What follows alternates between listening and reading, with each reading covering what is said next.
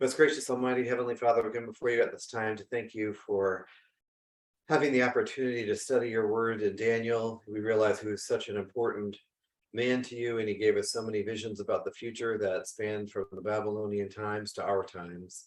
And we pray that we'll understand this vision in chapter 11 and 12 over the course of this month, and that you'll bless the efforts of Tanner as he takes us through it and help us not only to understand it, but also to remember it.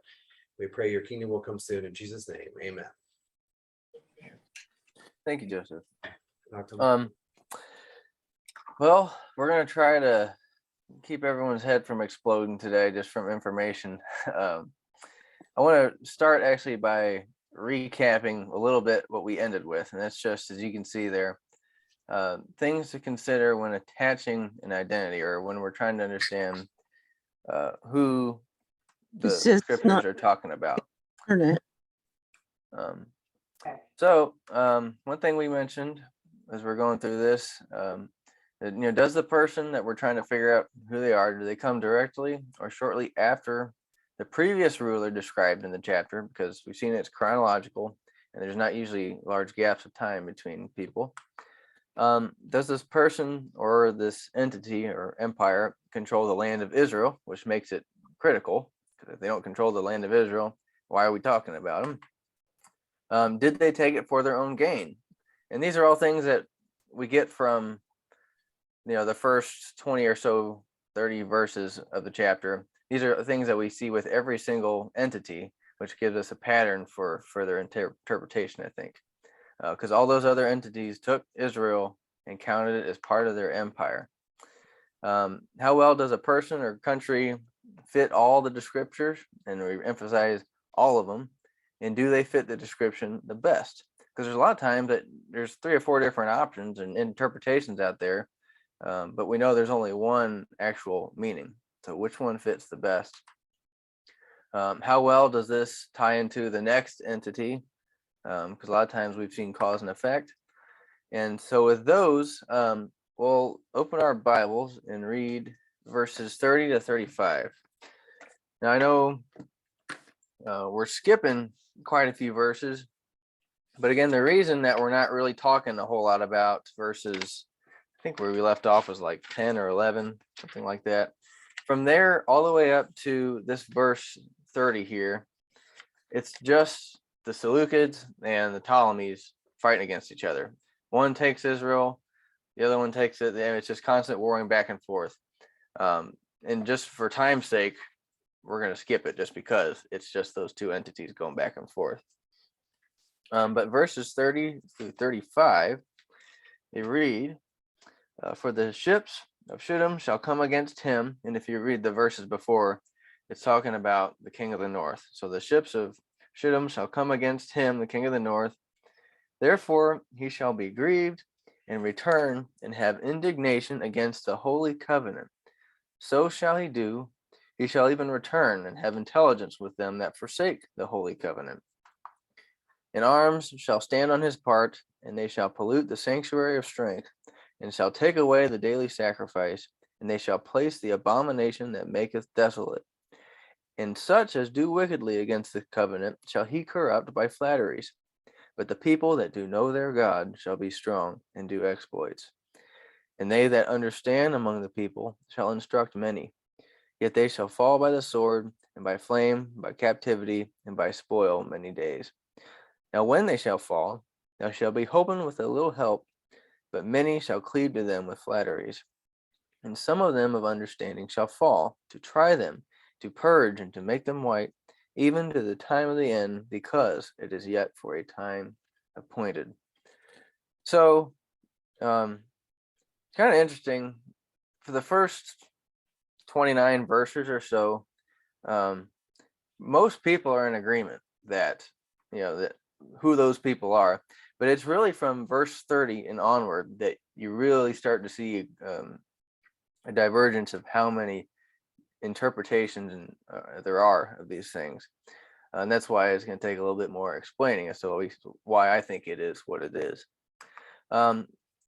Now, historically speaking, we start to see Rome come into the picture in verse 29.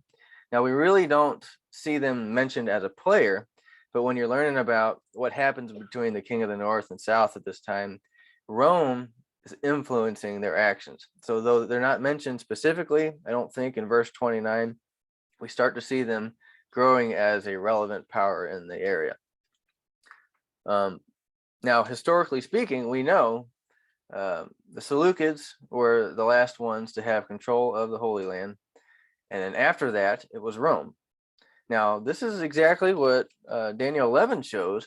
The difficult part is, and where a lot of people diverge with their interpretations, is exactly where in the passage does this transition happen? Because it's not given to us so clearly as some of these people before.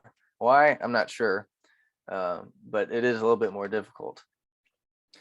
So we'll just talk about two interpretations for time's sake. One of them is that for the verses we just read, 30 through 35, it holds that the Seleucids are the king of the north at this time, which would make some sense because they were the king of the north in verse 29, I mean. Now, specifically who it's talking about, it's this guy that we're probably familiar with. His name is Antiochus Epiphanies. So if that's the case, and you look at these people that it talks about, the people that do know their God, and it seems to be talking about some people with some very good qualities. These are often related to the Maccabees, talking about their revolt against the Seleucids. And this occurred from 167 to 160 BC. So we're getting really close to the time of Christ. As this one encyclopedia describes it, it talks about the Maccabean Revolt of 167 to 160 BC was a Jewish uprising in Judea against the repression of the Seleucid Empire. The revolt was led by a country priest called Mattathias, and his military followers became known as Maccabees. So real quick, yeah, I was just going to say, you can ask any of us to read a slide and we will, so you don't have to do it all yourself. That's okay. I mean, I don't mind. Like I said, I can't see anybody right now. okay. But, So you've got Joseph, Walter, and Linda, the Bostons. You've got Gerald Sankey. I can't read the other ones, Walter. Joanne and Mike and Fonda and Patsy. okay. Yeah, Well, I so- won't be able to remember all those, but I'll keep that in mind. Maybe you should look at the participants. You don't have to see their pictures. It should show you their names. He doesn't have Yeah, any of that's that. true. I think you'll see everything I do right now. Like, I think you see But all my that. second question is about this. So, I grew up in the era when Antiochus Epiphanies was the answer to this. So I don't know if you still believe that or don't, but I guess it was a couple of years ago. I brought in a brother from Great Lakes Bible School, and he was from New Zealand. And he more or less spent a week saying it's not Antiochus Epiphanes, it's completely wrong. We're going to have to wait for the Jews to rebuild the temple, rebuild an altar, and then for it to be desecrated again, and for them to go back into captivity for 3.5 more years. I was like, how in the world did he get that? Well, I totally disagree with that. Well, I'll tell you.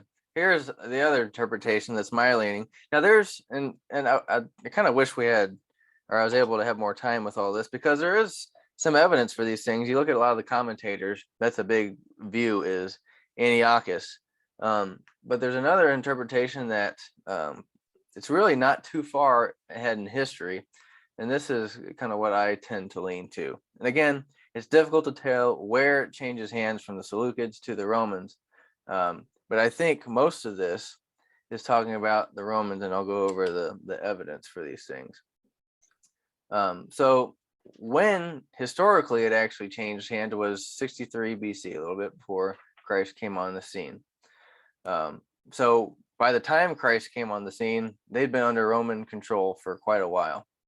So talking about what is this, polluting the sanctuary of strength, taking away the daily sacrifice, placing the abomination that make it desolate.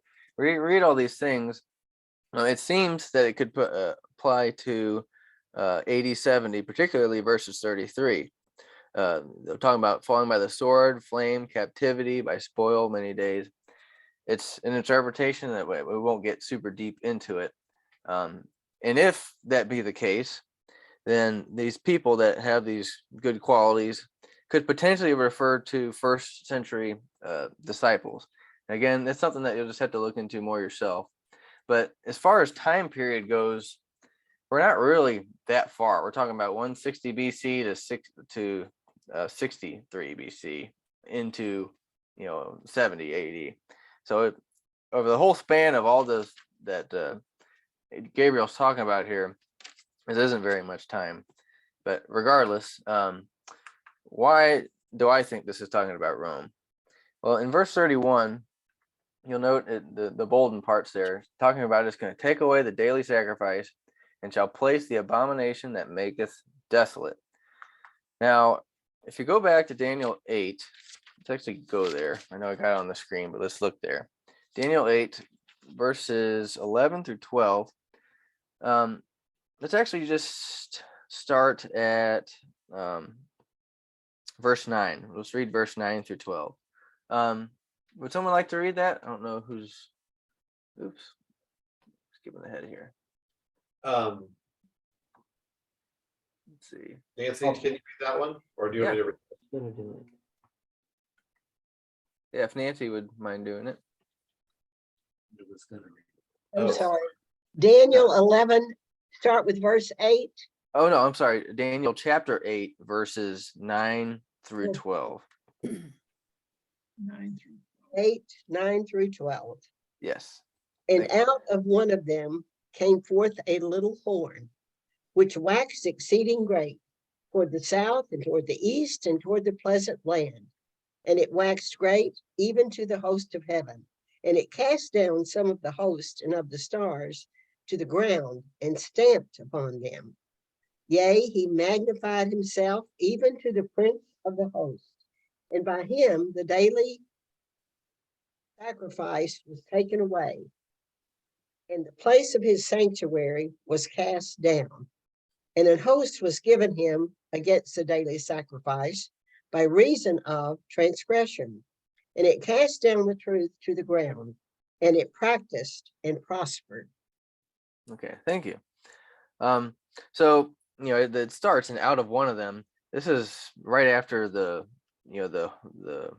one horn on the goat was broken. It split into four, which we saw was the four generals that Alexander had, and out of one of those came this little horn. And this little horn takes away the daily sacrifice. A host was given to him against the daily sacrifice by reason of transgression. Now, what is the daily sacrifice? It seems to be referring to the Jews. Like, for some reason, it seems to be a title applied to the Jews, which we could talk about at some later time. But the main thing is, I think we generally have a better understanding of Daniel 8 here, that this little horn power, which we believe is Roman, and it would make sense in this context, in that we know the Romans were given power against the Jews by reason of transgression. Whatever that transgression is, it's most likely the crucifying of their Messiah, and it cast down the truth and practiced and prospered, which is something else we'll see. So since we understand this in Daniel 8 to be talking about this Roman little horn system, and it's talking about the same exact thing that this power does in Daniel 11, appears that they're talking about the same thing. Something else. And this is, I think, probably one of the strongest points for specifically Rome as compared to Antiochus Epiphanies. Because in Mark 13, Christ is warning the people of the things to come. And I believe this is part of the Olivet prophecy. And he says, "But when ye shall see the abomination of desolation spoken of by Daniel the prophet, standing where it ought not, let him that readeth understand. Then let them that be in Judea flee to the mountains, and let them that is on the housetop not go down into the house, neither enter therein to take anything out of his house." So he's saying, when you see this abomination of desolation that Daniel's talking about, standing where it shouldn't, or when the Romans surrounded Jerusalem, no, you guys need to get out of Jerusalem now. If you're to save your own lives, don't look back, get out of Jerusalem, because it's going to be destroyed. Now, Christ here is obviously talking about AD 70. Now, Antiochus Epiphanes, he lived probably over 100 years before this. So he's dead, he's gone. The Seleucids don't have any power over Israel anymore, or I call it Israel, but it was under Roman control. So the Seleucids are out of the question now. Antiochus is long dead. So the only person that Christ could possibly be warning them about is the Romans. And here, it seems to me Christ is saying right here, this abomination that makes desolate, that's talking about the Romans. It's impossible to apply what Christ is saying to Antiochus Epiphanes, and assuming that he's referring to this part of Daniel. The phrase abomination of desolation really doesn't appear very often. Appears kind of, I think, 2 or 3 times. One of them is the abomination. Oh, I forget how it's worded. There's very minute differences in the wording that seem to imply different things, but there's only a handful of those things. Yeah, in chapter 12, verse 11, it's mentioned. Yeah, in chapter 12, and I think it might even be in chapter 9. But regardless, I think Christ's testimony here kind of helps us narrow it. And either way, if you think it's talking about Antiochus Epiphanes, as far as where we're at on timeline, that's 160 BC. Or if we're talking about the Roman destruction of Jerusalem, now we're about AD 70, and that's the one I find more relevance of. So that's the part we're starting from, and I think as we go on a little bit, we'll start to see more evidence for Rome, at least I believe.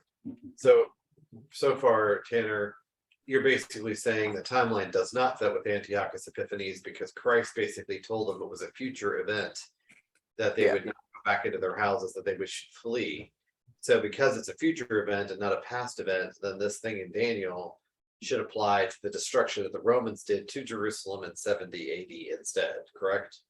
Yeah, it's my understanding. I definitely would not say that verses 30 or really personally, I don't think any of this chapter has anything to do with what's coming, especially when you're talking about verses 30s. That's all history, because the next things we're going to be talking about right here are really history. Most of it. It continues on, as we'll see. But yes, whoever said that, Israel's got to create a third temple that's going to be completely destroyed, and because of these verses, I can't see that at all. Thank you. Neither could I. And again, this is just my best understanding of these things. I encourage everyone to look into it for yourself. Don't take anything I say, without testing it. So now I want to move on to verses 36 through 39. And I want to verse 35, in my understanding, is referring to the time of the Romans. So we're moving from that point forward. Let's see someone Nancy just read. How about David? David, you want to read? Okay. Okay, And then go to Gerald. And we'll do. what would you like for me to read? The verses on the screen there, Daniel 11, verses 36 through 39. All right. And the king shall do according to his will, and he shall exalt himself, magnify himself above every god, and shall speak marvelous things against the God of gods, and shall prosper till the indignation be accomplished. That he determined shall be done.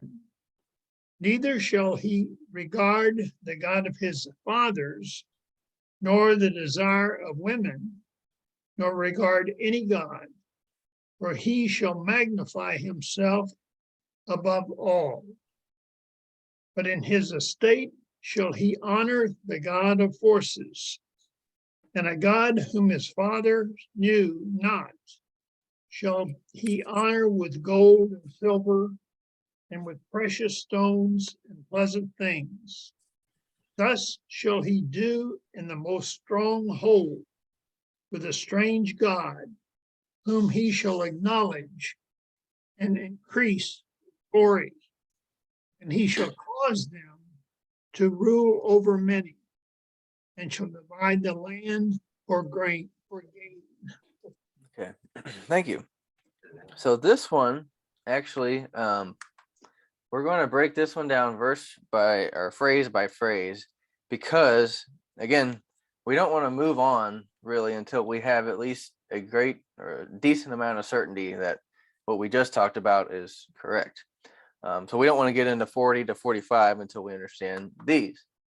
So let's break these things down, and just to figure out what is the text actually saying. The king shall do according to his will. Now, this is kind of a no-brainer because most kings, especially at these times, they did what they wanted. So the fact that it's specifically called out here says to me that this is probably someone who's particularly self-willed, who more than most other people, who more than usual is very headstrong and does what they want. Now, there's only two other people that have this phrase applied to them in this chapter. First one's Alexander the Great, and the second is Antiochus the Great, which we didn't get to talk about, but he was one of the Seleucid kings. Both of these individuals were particularly headstrong, which tells me that this power or person is the same.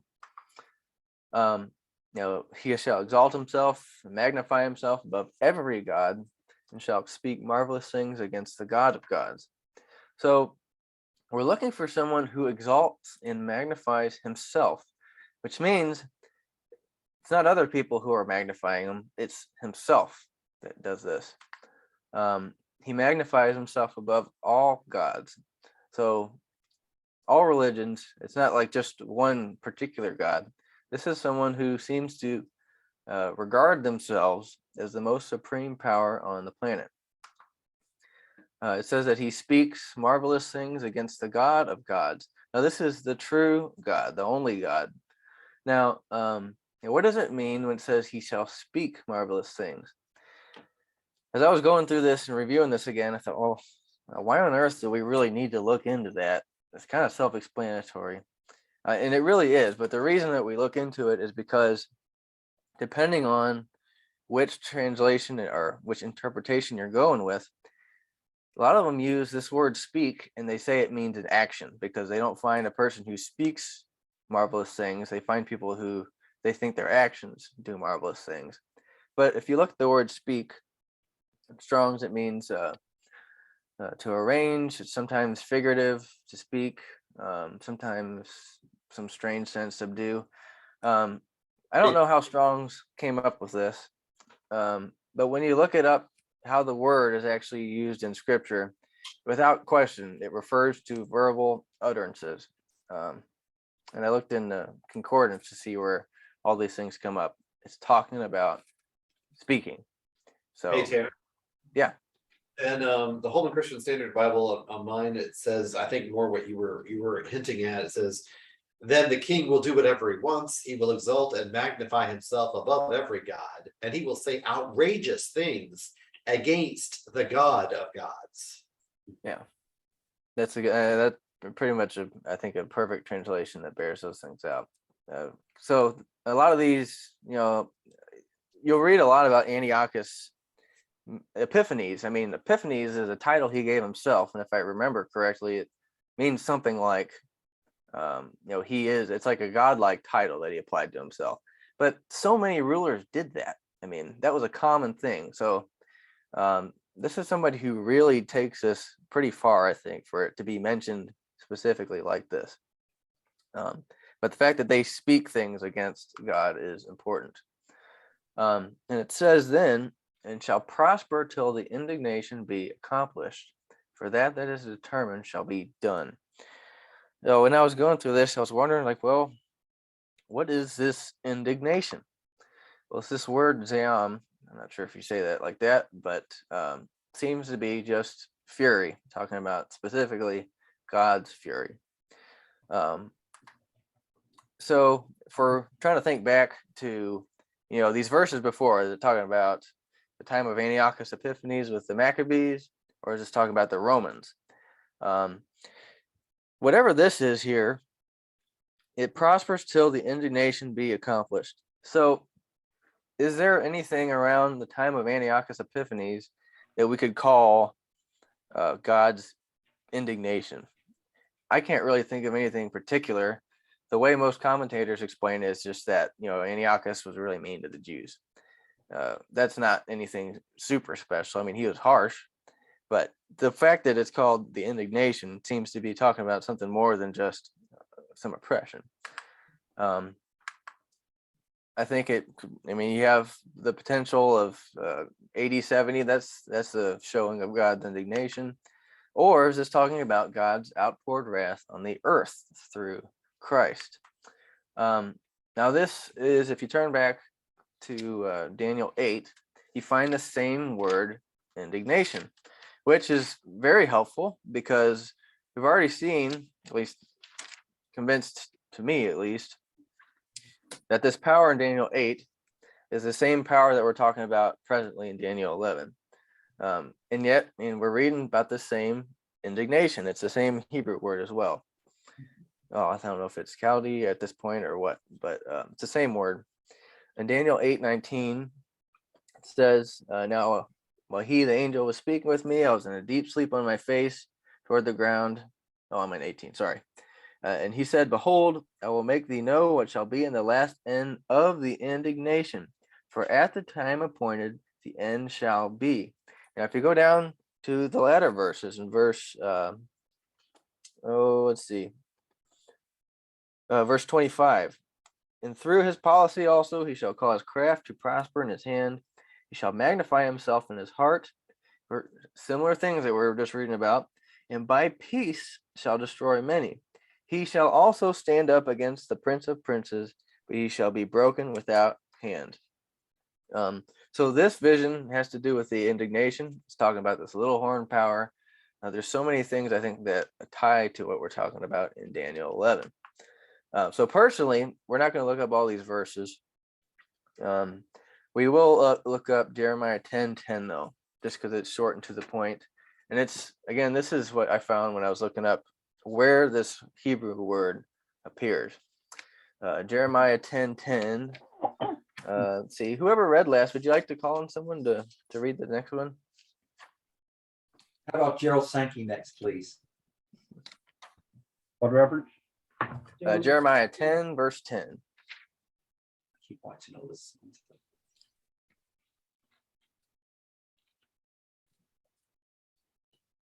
But the Lord is the true God. He is the living God and the everlasting King. At his wrath, the earth will tremble, and the nations will not be able to endure his indignation. So this seems to be very clearly to me a future event. There's going to be indignation from the Lord that the nations aren't going to be able to endure. And it's the same word, and pretty much you see the same thing in those other verses up there. But being completely honest, you look up its use, it's just the Lord's fury. And he's been furious at numerous times. But given the context of Daniel, the specific, the way it's mentioned, it's the indignation. It seems to be something of pretty good magnitude. Brother Tanner. Yeah. I always find the complete Jewish Bible to be helpful sometimes on these things. And I really like what they did with verse 36 here. I'm going to skip down to where about he exalts himself. He said, and he will utter monstrous blasphemies against the God of God. He will prosper only until the period of wrath is over. For what has been determined must take place. So that matches what you're saying. It's the period of wrath, this indignation. It's a set time frame. Yeah, that's very interesting. Yeah, I hadn't looked that up. I think I got my complete Jewish Bible after I had put this together. But yeah, I find that helps a lot. But the thing is, this thing is, whatever the system or power is, it's going to prosper until a great amount of wrath is poured out. And it seems to be specifically on whatever this power is, which probably beat me to the punch. But this is like the papal harlot kind of system we're talking about, I think, here. Now moving on to neither shall he regard the God of his fathers. This word regard it appears a bunch of times in scripture. Most of the time it's understand, consider. It seems to mean, just from other translations and things, that it's just they don't really, well, they don't regard them. It's a very simple thing, but I wanted to kind of go in, try everything, try all the spirits. So they don't pay much attention to or don't really understand the God of their fathers. Now, when they're trying to attach identities to this, some people will say, well, the fact that it says the God of his fathers, that's a very Jewish phrase. We read about that a lot with the Jews. This must be a Jewish king. And they start bringing like Herod the Great and all these other Herods into this. But I don't think that's the case at all. I think it's just saying whoever this ruler or this power's father served, they don't regard those gods anymore. It's different from what their family or their lineage had done in times past. So we're looking for someone who takes a different direction and did not serve that God, nor the desire of women. So he shall not regard the God of his fathers, nor the desire of women. So this is kind of interesting. Does this mean that they don't desire women, or does this mean that they don't regard what women desire? So like if, a woman wants a dress, like, well, I don't care about that kind of thing. It appears to be, if you look at this word desire, most of the time it's translated pleasant. So it's not really, I think desire is not the best translation for it.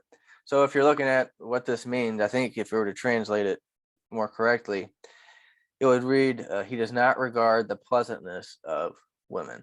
So whoever this power is, or this role or person, they don't really care much for women. It's probably power or these other things that they have on their mind.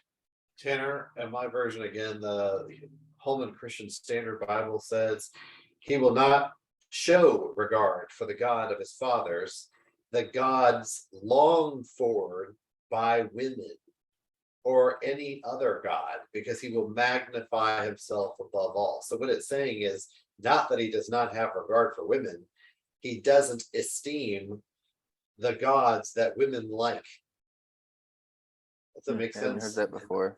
This Yeah, key- either way, If I can add also, the complete Jewish Bible, I thought made it really, really clear, if it's correct. He will show no respect for the gods his ancestors worship, or for the God women worship. He won't show respect for any God because he considers himself greater than all of them. Makes you think of Solomon, how all the women worshiped their God and convinced him to worship their God. But this guy won't be influenced by any of that stuff.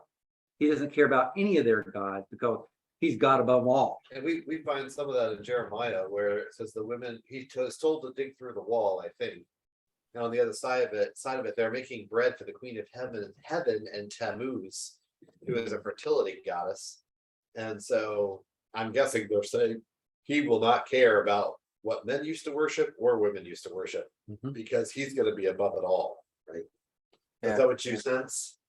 Yeah, well, I mean that makes sense. Regardless, I think this goes back to him being does according to his will. He doesn't listen to anybody, whoever this is. They do what they want, and that's about it. So yeah, no, I hadn't heard that before. That makes good sense. No, and we already talked about this a little bit. He doesn't regard any God, magnifies himself about all. That's exactly what it means, as it says. Have people tried to link this to the Pope in the past, or have they avoided that? Personally, that's what I think it's talking about. Okay, Because because I was going to say, it was like, that one makes the most sense to me, because it's just sort of obvious all the way through, but I was curious. Well, the interesting thing is there's a lot of things that here so clearly refer to, I think, things that we know the Pope has done and will do. But I'm getting ahead of myself. I'm really good at being bad about that. But Question. yeah, I think it is talking about that. Yeah, well, we'll get to that in just a second.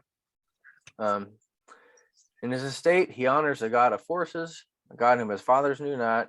He's going to honor them with gold, silver, precious stones, and pleasant things.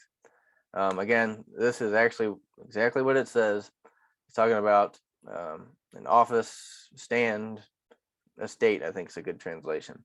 Now, the God of forces, this is a little bit more interesting. I guess it'd be interesting to see what's your guys' Bibles, how they translate this. Mine read very differently. Yeah, what does it say? That instead, he will honor a God of fortresses, Yeah. a God of fathers did not know, with silver, gold, precious stones, and riches. And he will deal with the strongest fortresses with the help of a foreign God. And he will honor those who acknowledge him and make rulers as many, and sorry, make them rulers over many and distributing land as a reward. Okay, it's interesting. I think generally the same thing, that there's fortresses, there's strength and power that this person honors, and he does so with all these temporal things, these riches, gold, silver, and all those things. Is it talking about him seeking power and strength, as if power and strength were a god? Is this talking about him honoring some particular nation of great forces that you could call, the god of force? Or is there a God of strength, as in, like the God of the sun, the God of love, that could be talking about? Again, regardless, whatever it is, his fathers did not serve this God, and it's honored with tangible things. That's how shall he do in the most strongholds with a strange God, whom he shall acknowledge and increase with glory. Again, I think it means exactly what it says. Strongholds is kind of like a fortress. Now, thus shall he do as a strange God. I think it's strange in the sense that it's strange from what his father served.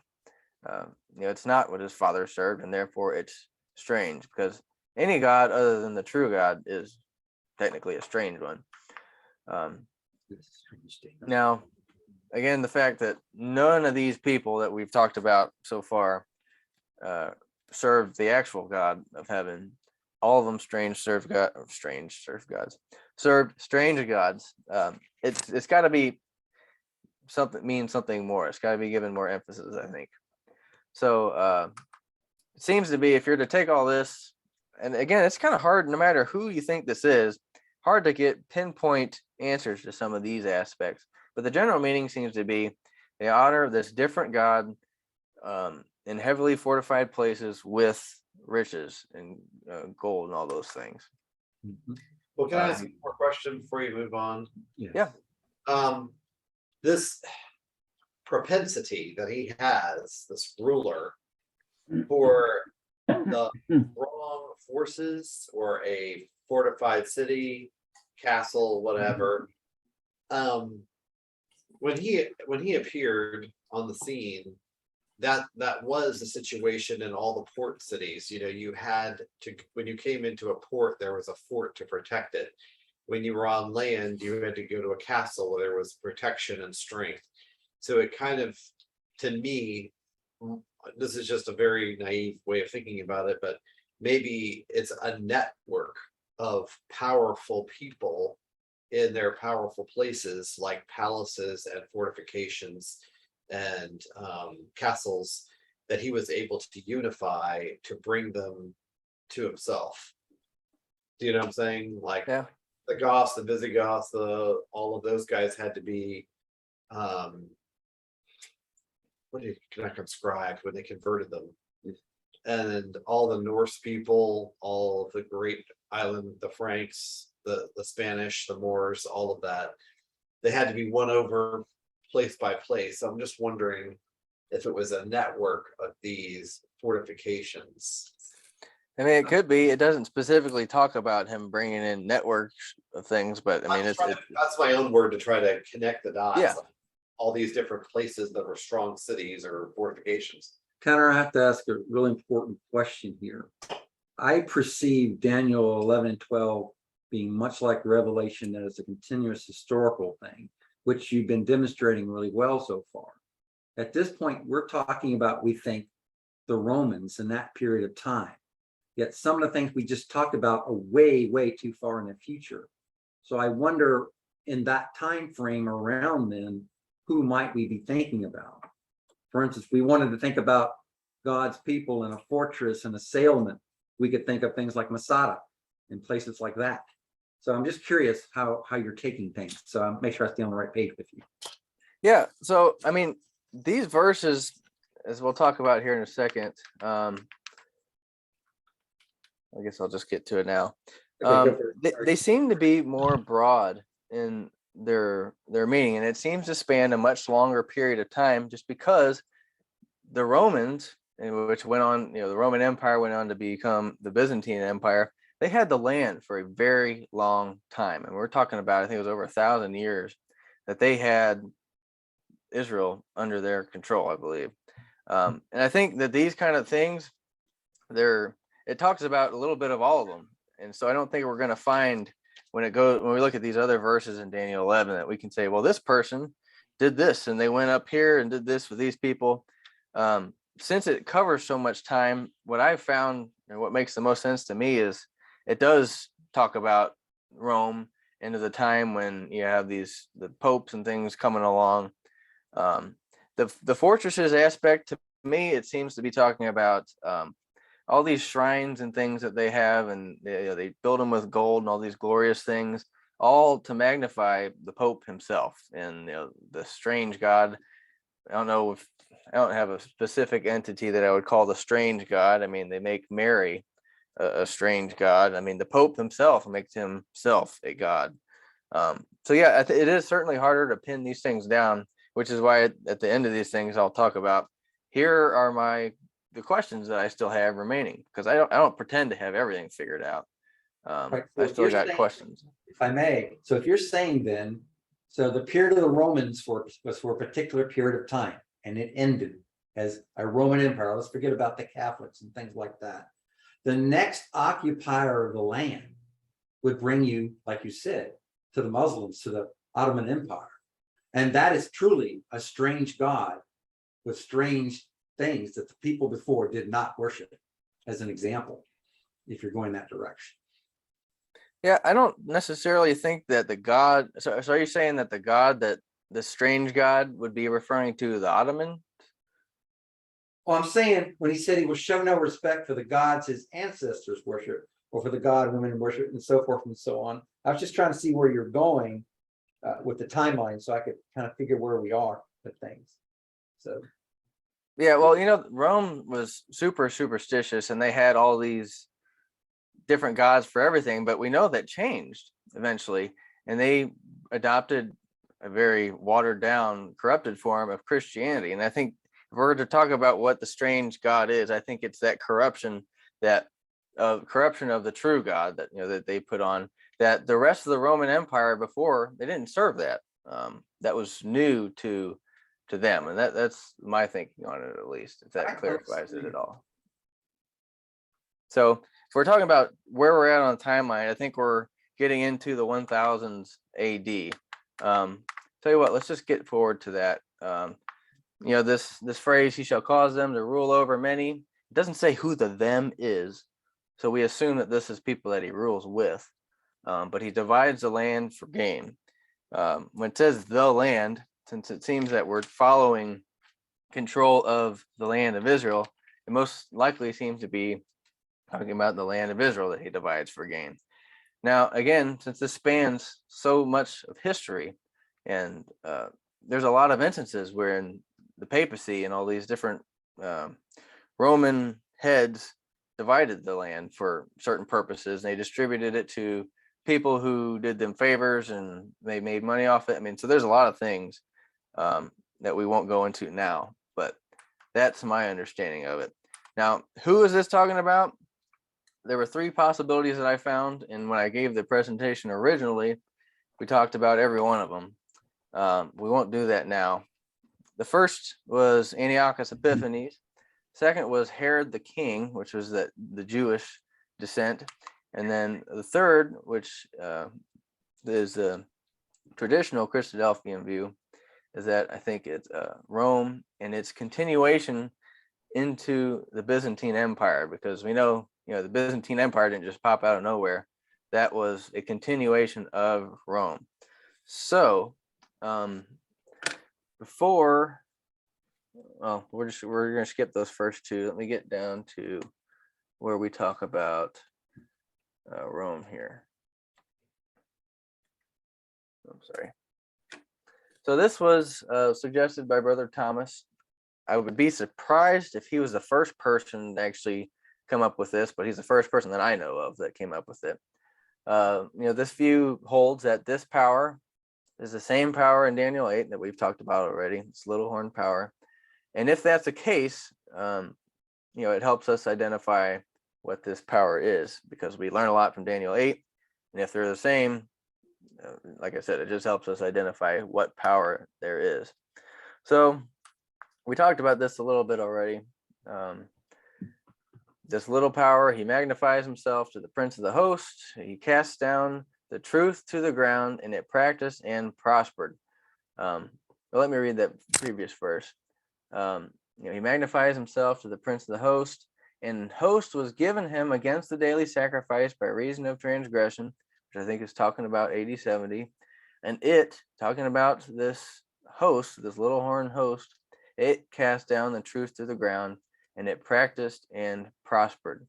There is a very specific thing. We're talking about the corruption of the truth. And at the end of Daniel 8, we read at the end of the latter end of their kingdom, when the transgressors are come to the full, a king of fierce countenance and understanding dark sentences shall stand up. So this is little horn power kind of exists for a long time. So there's different individuals that had it at different times. And here we jump towards the latter time of their kingdom, it seems. Did someone have a question? I thought I heard someone speak up. If you do, don't hesitate. Talking about it, and his power shall be mighty, but not by his own power. And he shall destroy wonderfully, shall prosper, practice, shall destroy the mighty and the holy people. And through his policy also, he shall cause craft to prosper in his hand. He shall magnify himself in his heart. That's similar aspect of what we just saw. And by peace shall destroy many. He shall also stand up against the prince of princes, but he shall be broken without hand. Now, who do we know and believe will stand up against the prince of princes?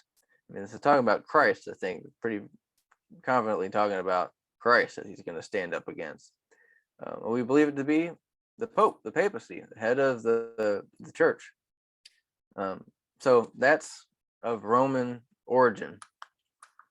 Now note when these last actions occur. It says the latter time of their kingdom. Now, there's a lot of similarities, as we've seen, I think, between Daniel 8 and Daniel 11. Now, that does not mean that everything that they're talking about continues on. I think the prophecies themselves are given for different purposes, and though they talk about the same entity, they don't necessarily mention all the same aspects. So I don't think, while we talk about the latter time of their kingdom in Daniel 8, I don't think Daniel 11 talks about the latter time of their kingdom. It only talks about their relevance so far as their control over the land of Israel is concerned, just like we've seen with these other people. As soon as they don't have the land of Israel, we don't really care about them anymore as far as Daniel 11 is concerned. So it helps us identify who the power is, but not all the verses are relevant to what we're talking about in Daniel 11, if that makes sense. And like I say, if there's one similarity that I think clarifies who I think this is more than any others, it's this, and that they make themselves equal to God or Christ, not just any other religions. Daniel 8 says he magnifies himself even to the prince of the host. To me, that says he's magnifying himself to Christ, which he calls himself, the Pope calls himself the Holy See. He calls himself God on earth. And then Daniel 11, 36 and 37, he exalts himself, magnifies himself above every God, speaks marvelous things against the God of gods, and he magnifies himself above all. Well, we know God's above all. So if you're magnifying yourself above all, you're essentially saying you're God. And that, I think, if you're saying you're God, that's a marvelous thing against the God of gods, if that makes sense. But in a nutshell, we understand Daniel 8 to be talking about Rome. The ties between that and what we're talking about in these verses here are countless, and it really suggests that this is also must be talking about Rome. And again, it's really difficult to see how Antiochus Epiphanies could be the subject of these, because if you go back to Daniel 8 in the context of it, how does he stand up against the Prince of Princes? I mean, he's dead. He's in the grave. He will not rise. It's just difficult to see. And then the last thing, those two verses up top we just read, but what we read in 2 Thessalonians 2, verses 3 and 4 is important, because where was that? I think it was Daniel 8. Talks about he causing craft to prosper. Where's that at? Let me look at it. I think it's Daniel 8:25. Talk about changing the truth to a, where's that at? I thought we read that already. I think you know what verse I'm talking about. Oh, I'm sorry. Daniel 8, verse 12. This little horn cast down the truth to the ground, practice and prosper. Now we read in 2 Thessalonians, let no man deceive you by any means, for that day shall not come except there come a falling away first, falling away from the truth, and that man of sin be revealed, the son of perdition, who opposeth and exalts himself above all that is called God or that is worshipped, so that he, as God, sitteth in the temple of God, showing himself that he is God. So here, the first century of Ecclesia is warned that this man of sin who's going to come, who opposes himself, and he calls himself God. He sets himself equal to God. Now this, we know, Paul's talking about the Pope, papacy. And it seems to bear very, very heavily on the things we're talking about now, all pointing to Rome. I'm not sure how else to... I haven't really found much evidence to say otherwise. I'll say that. So I think the Pope and the papacy and the Roman power, I think, is what it's talking about here. Now, like I mentioned, I still have questions, and we'll end with this. The first 30 verses or so, you have one specific individual that you can go through history and say their name was this, and that's who it's talking about. It's difficult to do that with these descriptors. Now, I think it's possible, but since it spans so much more time and history, you got to really know your history well to see, I think, who specifically holding the headship of this Roman system at the time did these things. So the fact that it doesn't apply to one person, at least that I haven't found it yet, is interesting. The verses 36 to 39 appear to be more broad. Again, talking about not just a specific individual, but a system that this one role rules over. And this kind of breaks somewhat from the pattern that we've seen throughout the rest of the chapter. But again, it kind of seems to require this kind of interpretation, especially when you consider all the other scriptural evidence that ties to these things. And if we say that this is not talking about Rome, then we have to come up with plausible reasons why those other verses that have all these same aspects don't apply. And that, I think, is really difficult. Why are those not relevant if you have so many similarities? Now, I wrote this a while ago. The events do not appear to be chronological if Rome is the subject. And I think that's specifically talking about verse 36 through 39. Talking about more generally, this is what these people are going to do. Now, it's not that they're unchronological, but as they're more broad in what they're meaning, again, it can be harder to figure out what year did such and such happen, or is this just a characteristic thing that this ruler is going to do? And that's what it seems to be to me. And this is just simply, not being a well-versed historian on everything, but like I said, most of these points talk to this, that finding exactly what year, when this happened for each specific action can be difficult to achieve. I'm sure, I know it's possible, obviously, but I just haven't had a chance to do it yet. Now the Green Book, by H.B. Mansfield, it holds that this is Rome, but I wasn't really convinced by the evidence that they put forth, and I thought it was pretty vague. So not that it's incorrect, but it wasn't as convincing as I had hoped. So conclusions, I believe this is referring to the Roman Empire with the papacy as its head, again going into time of the Byzantine Empire. And the reason I go forward from this is strictly because of the scriptural evidence. It ties to Daniel 8. It ties to 2 Thessalonians that we just talked about. Rome's the only entity that we know is going to stand up against Christ. We know it's the only one that's going to prosper until Christ and the saints destroy it. And as I said, 2 Thessalonians seems to be a perfect parallel. So here we are. That is Rome. Their territory changed, obviously some throughout the years, but in general, this is what it was, and we see Israel is occupied by it. So we'll stop there and open up for any questions. I think we started a few minutes late. If you guys don't mind, if you have questions you'd like to ask. Yeah, Brother Tanner, Brother Gerald. Trying to reconcile some of this. If you're applying chapter 8 to Rome, what we were discussing there in chapter 8, verses 9 through 11 or 12, 13, I guess it is, about the little horn. And also in 13, then we have a question about the vision. It says, how long will the vision be concerning the daily sacrifice and the transgression of desolation, the giving of both the sanctuary and the host to be trampled underfoot? And he said unto me, for 2,300 days, then the sanctuary shall be cleansed. So how do we reconcile the 2,300 days in the timeline if we're going to advance this prophecy into the time of the Romans rather than the time of the Greeks? Yeah, no, that's a good question. So actually, we won't talk about this, but I have a lot of questions when it comes to Daniel chapter 12, talking about the 1,260 days of the times and a half, the 1,290 days, and the 1,335 days.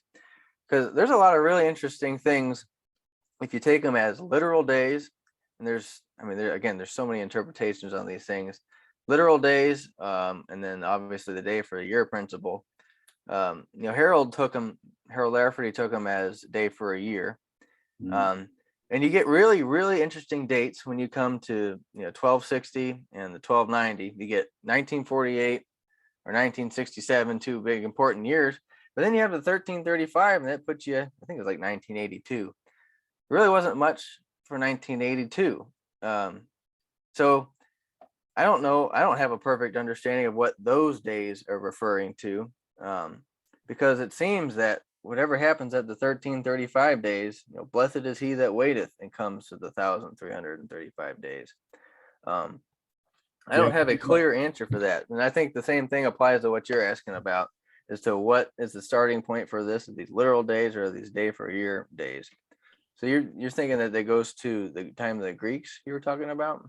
Yeah, whenever the Greeks were defeated by the Romans in 334 BC, and if you add that 2,300 day per year, it brings you to 1967 with the liberation of Jerusalem and the retaking of sovereignty over the temple site in Jerusalem itself in 1967. So, pretty compelling time period there as it relates to the time of the Greeks and the time of the Greeks being overthrown, at least, or succeeded by the Romans in their defeat at the Battle of Granicus, I think. So do you think when it's talking about in verse 12, I guess as far as the little horn power, what do you think that is then? I mean, you think that it's the little horn, like the Greeks that cast down the truce to the ground, or you think that's talking about Rome? Well, if you're gonna apply the day per year principle to the 2,300 days, can't be Rome. It has to be previous to that period of time. In other words, the Greek period. Oh, I see what you mean. Just because of like where we're like, Yeah. we're not year in 2300 right now. Interesting question. I'll have to look more into that. Yeah, I mean, it's just something to throw out there and think about. You know, like you said, those 3 dates in Daniel 12. I think all of our mathematics and everything has kind of fallen by the wayside because we've advanced into the 21st century of time. As we would say, we're into the kingdom age right now, as we would perceive it, you know, but actually we're not. So an adjustment of our figures somehow has to be accomplished in order to rectify the discrepancy. So yeah, I don't know. I mentioned to you that Brother Tony Benson had written the book Daniel's Last Prophecy, and it's about the 11th and 12th chapters, and he is following right along with what you suggested there in this chapter 11, verses 31 and 32 that we were just considering, and he's saying it's not the Maccabees but the Romans, and the point that he makes is that, well, I'll just read you this first opening paragraph. It says, some expositors of Daniel, including Brother John Thomas, apply Daniel 11:31 through 35 to Antiochus Epiphanes and the Maccabees. But the belief of this writer, being Tony Benson, is that the change from pronoun his to the pronoun they in verse 31, if you want to look at that, where it says, and they shall defile he says from the verse 30, he's saying the ships of Cyprus or Kittim, and then 31 it says, and forces shall be mustered by him, and they shall defile the sanctuary, and so on. And he says from his to they in verse 31 marks a change in the prophecy from Antiochus Epiphanies to the quote ships of Kittim, that is, to the Romans. This was in fact the view of the classic expositors of Daniel and Revelation, Joseph Meade, Isaac Newton, and Thomas Newton. It is perhaps worth quoting a piece from Isaac Newton to illustrate this point. And so he quotes Isaac Newton, and Newton, it's another paragraph that a quote from Isaac Newton in pointing this ships of Kittim in the prophecy there of Daniel 11 to the Romans succeeding, Antiochus or the Greeks. So he wasn't applying it to the Greeks or to Antiochus Epiphanies during the time of the Maccabees. He's saying it's a Roman application. Mm-hmm. Interesting. Yeah, and really the more you learn about history and just how do we get BC and how do we know the dates of all those things, there are a lot of assumptions made, especially when you go from different types of calendars that go off different systems. And the fact that we can get any of these dates correct, I think, is just really incredible, because there's a lot of big assumptions that you got to make, or the people have made when they're determining a timeline and trying to bring all these different calendars all over the world together. And maybe that's part of the reason, because we have our calendar is so different than the Jewish calendar. They have a lunar calendar, so you have all those days you got to factor in every many years you got to add a couple days or whatever. So yeah, I mean, I don't have a clear answer for that right now, Daryl. It's a good question. But the point I was trying to make, that like you were suggesting, that Brother Thomas wasn't the one who originated the idea. Yeah.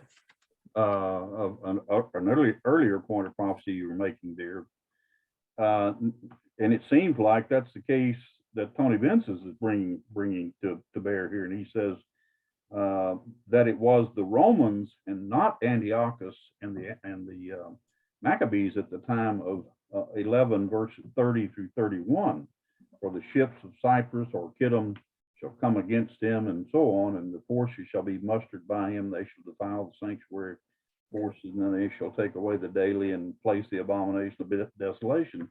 And so the point that Benson is making is it's not the history about Antiochus Epiphanies and the times of the Maccabees. It's rather speaking about the Romans.